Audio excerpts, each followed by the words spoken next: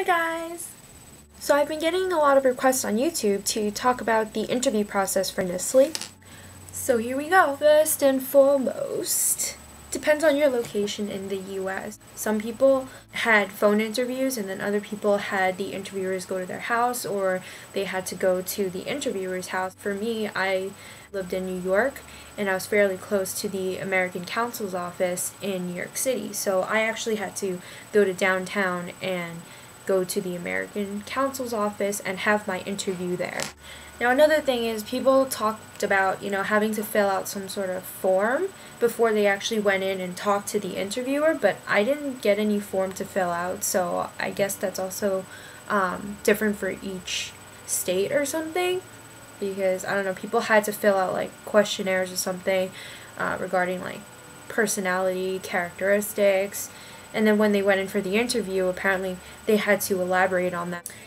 And another thing was parents, because I know for the interview they requested that you bring a parent, at least one with you, to the interview.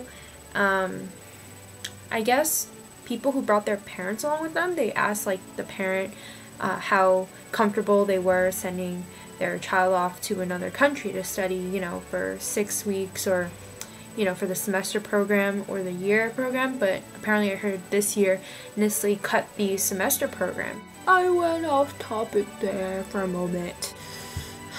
What was I saying? Oh yeah, parents. I heard that if you have a parent with you, they ask the parents about you as a student and as a child and how you are as a person and how you would be able to handle situations in a different country. But my parents didn't accompany me there, so they didn't ask my parents anything. It was just me in the interview. But if you have a parent with you, I guess that's a good thing too. You should bring your parents with you. So you're all probably dying to know what kind of questions they ask in the interview, and I can tell you that when I was applying, I was definitely flipping out about what kind of questions they were going to ask me and how I should prepare for those questions. But honestly, no matter what I read on the forums and how much I prepared, it didn't help at all actually, because really it's subject to the interview. They ask you a whole range of questions and each applicant gets different questions. And I bet you're curious to know if they're looking for a specific type of person with a set number of characteristics, but they're not. Yeah. If you want my advice, to sum it up in 3 words, I would say be honest, detailed, and different. Because you're in a huge applicant pool and you want to make your story different. If they're asking you something about an obstacle in life, which I'm sure they probably will because it like shows your maturity and stuff, so you want to make your story different, make what you can out of it.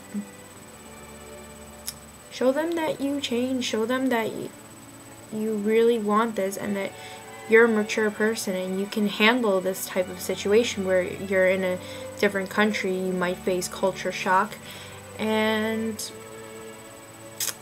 you have to be very independent.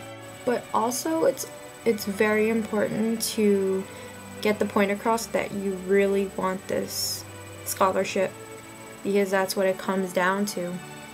You have to really want the scholarship and be really dedicated to learning the Korean language and culture, because if you don't want it that badly, the state just doesn't give out money to send you kids over there. Let's face it, the state doesn't want to waste their time and money on students who are just going to go over there and think of it as a free vacation. So I hope my advice helps.